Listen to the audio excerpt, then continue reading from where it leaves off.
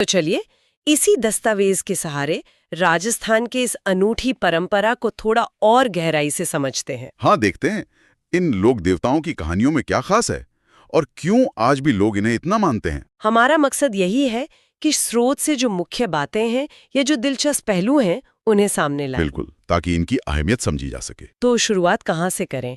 मारवाड़ के पंचपीर का जिक्र बहुत आता है। हाँ, पंचपीर से ही शुरू करते हैं। ये शब्द ही अपने आप में खास है। पीर शब्द मतलब ये हिंदू और मुस्लिम दोनों में पूज्य हैं। बिल्कुल, यही इनकी सबसे बड़ी खासियत है। पंचपीरों में आते हैं गोगा जी, पाबू जी, रामदेव जी, हड़बू जी और मेहाजी मांगलिया। ये पांचों लोक देवता सांप्रदायिक सौहार्द की मिसाल हैं। अच्छा, तो सबसे पहले गोगा जी की बात करें। हाँ, गोगा जी चौहान। इनका जन्म चूरू के ददरेवा में हुआ था। दस्तावेज बताता है कि इन्होंने महमूद गजनवी से युद्ध किया था। गजनवी से क्यों? गायों की रक्षा के लिए। और सबसे दिलचस्प बात यह है कि गजनवी ने ही इनकी वीरता देखकर इन्हें जाहर पीर कहा था। जाहर पीर मतलब साक्षात देवता? गजनवी ने कहा? ये तो बड़ी अजीब बात है। हाँ, है तो।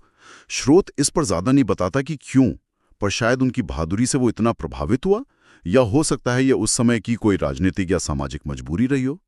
हो सकता है। खैर, ये दिखाता है कि गोगा जी का प्रभाव कितना जबरदस्त रहा होगा। बिल्कुल। और युद्ध में जब वो वीर गति को प्राप्त हुए तो कहते हैं उनका सिर गिरा ददरेवा में, जिसे शीश मेड़ी कहते हैं, और धड़ गिरा गोगा मेड़ी हनुमानगढ़ में, वो धुरमेड़ी कहलाती है। और इनकी पूजा क्यों होती है? मतलब किसान और सर्पदंश का जिक्र है। हाँ, किसान अच्छी फसल के लिए और लोग सर्पदंश से बचने के लिए इनकी पूजा करते हैं। इनके थान अक्सर खेजड़ी के पेड़ के नीचे मिलते हैं। खेजड़ी तो वैसे भी राजस्थान में बहुत महत्वपूर्ण है। वही तो। और गोगा मेड़ी में जो इनका मंदिर है वो थोड़ा मकबरे जैसा बना है। कहते हैं दरवाजे पर बिस्मिल्लाह भी लिखा है। ये हिंदू मुस्लिम एकता का सीधा प्रतीक है। कमाल है। गोगा जी की तरह ही क्या पाबू जी की कहानी में भी रक्षा और वचन का महत्व है? स्रोत कहता है वो ऊंटों के देवता हैं। हाँ, बिल्कुल। पाबूजी राठौड़ जन्म हुआ कोलूमंड में, जोधपुर के पास। उन्हें मारवाड़ में सबसे पहले ऊंट लाने का श्रेय दिया जाता है। अच्छा, तो रेगिस्तान में ऊंट लाने वाले देवता बन गए। हाँ, जाहिर है। ऊंट तो रेगिस्तान का जहाज है। इसीलिए जो ऊंट पालने वाली रायका या रैबारी जाति है वो इन्हें अपना आराध्य देव मानती है। और उनकी कहानी का वो हिस्सा जहां वो शादी के फेरों से उठकर चले गए थे। उफ, वो तो गजब है। वो उनकी वचनबद्धता दिखाता है। उन्होंने देवलचारणी नाम की एक महिला को वचन दिया था कि वो उसकी गायों की रक्षा करेंगे। हाँ, तो जब उनके अपने बहनोई जिंदराव खींची वो गायें ले गए तो बाबूजी अपनी शादी के फेरे बीच में छोड़कर चले गए। युद्ध किया और वीर गति पाई। मतलब वचन निभाना अपनी शादी से भी ज्यादा जरूरी था। बिल्कुल। उस जमाने में वचन का मान बहुत ज्यादा था। उनकी घोड़ी केसर कालमी और उनकी बाईं और झुकी हुई पाग ये उनकी पहचान बन गई। और पाबूजी की फड़ भी तो बहुत मशहूर है। हाँ, पाबूजी की फड़ तो राजस्थानी लोक कला का शानदार नमूना है। भोपा लोग होते हैं वो रावण हत्था बजाते हुए इसे गाकर सुनाते हैं। रावण हत्था वो कैसा वाद्य होता है? वो नारियल की कटोरी पर चमड़ा मढ़कर उसमें बांस लगाकर बनाया जाता है। तार लगे होते हैं। उसे पाबूजी की पूरी कहानी कहते हैं। ये सिर्फ मनोरंजन नहीं, इतिहास और सीख देने का जरिया है। अच्छा, पंचपीरों में गोगाजी और पाबूजी तो योद्धा के रूप में ज्यादा दिखे, पर रामदेव जी का नाम आते ही सामाजिक बराबरी की बात होती है। रामसा पीर। एकदम सही पकड़ा आपने। रामदेव जी तंवर राजपूत थे। जन्म बाड़मेर के पास उंडू काश्मीर में।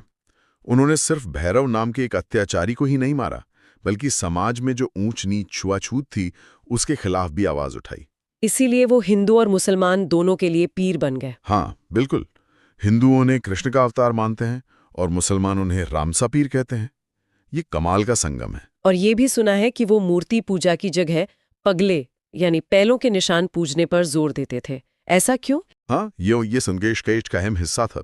शायद वो उस समय के कर्मकांडों के खिलाफ थे या निराकार ईश्वर की तरफ इशारा कर रहे थे। और ये बात भी हिंदू मुस्लिम एकता में मदद करती थी, क्योंकि इस्लाम में मूर्ति पूजा नहीं होती। सही। उन्होंने कामाड़िया पंथ चलाया और इस पंथ की महिलाएं 13 ताली नृत्य करती हैं।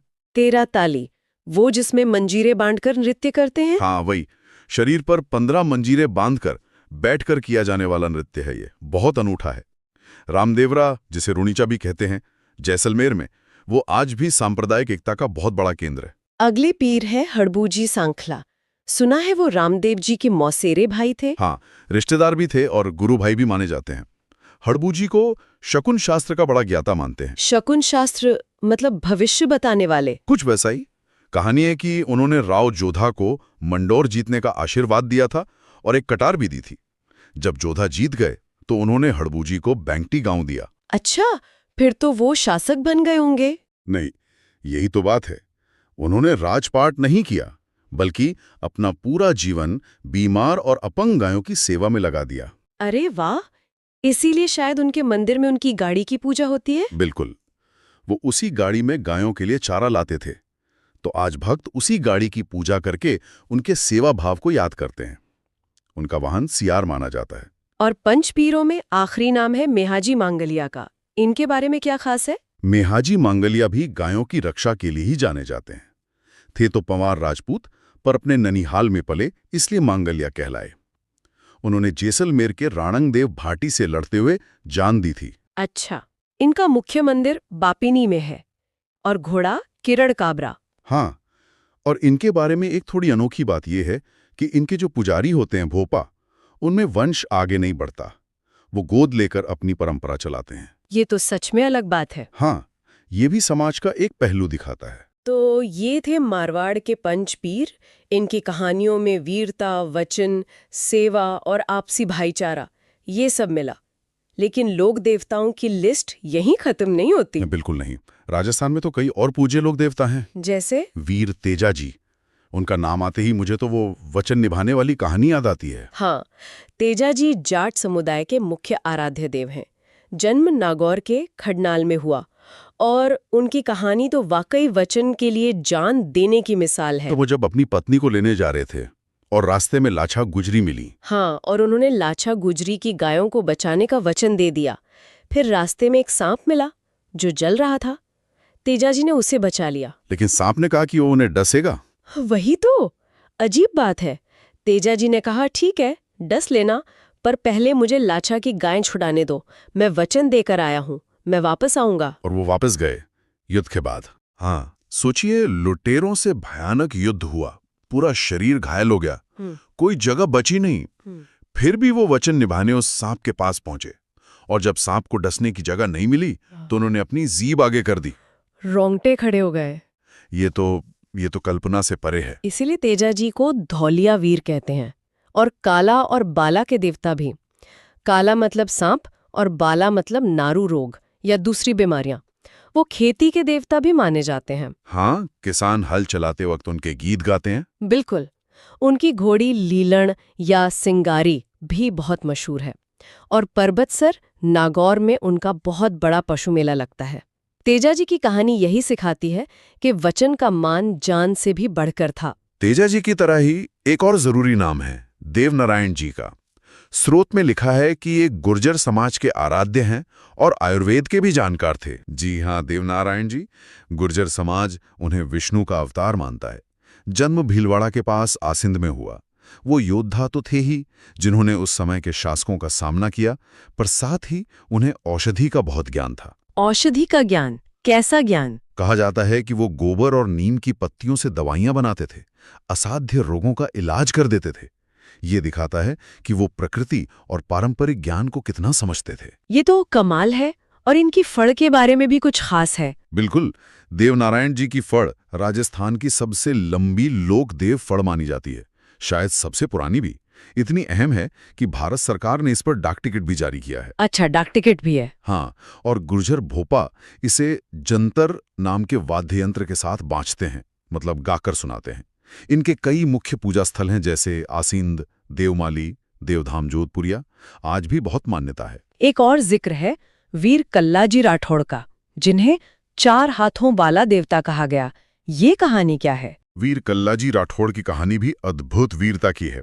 वो मेड़ता के जयमल राठौड़ के भतीजे थे, मीराबाई के भी रिश्तेदार थे। मीराबाई के? अच्छा। हाँ। तो जब अकबर ने चित्तौड़ पर हमला किया, 1567-68 की बात है ये, तब युद्ध में उनके चाचा जयमल घायल हो गए, चल नहीं पा रहे थे। तब कल्लाजी ने उन्हें अपने कंधों पर बिठा लिया।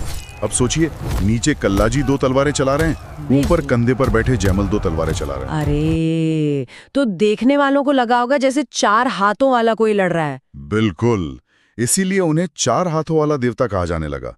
उन्हें कहर, कल्याण भी कहते हैं। चाचा भतीजा दोनों उस युद्ध में वीर गति को प्राप्त हुए। ये तो सच में अद्भुत शौर्य था। हाँ, और कल्लाजी को शेषनाग का अवतार भी मानते हैं। भूत प्रेत बाधा या दूसरी बीमारियों के इलाज के लिए भी लोग उनकी पूजा करते हैं।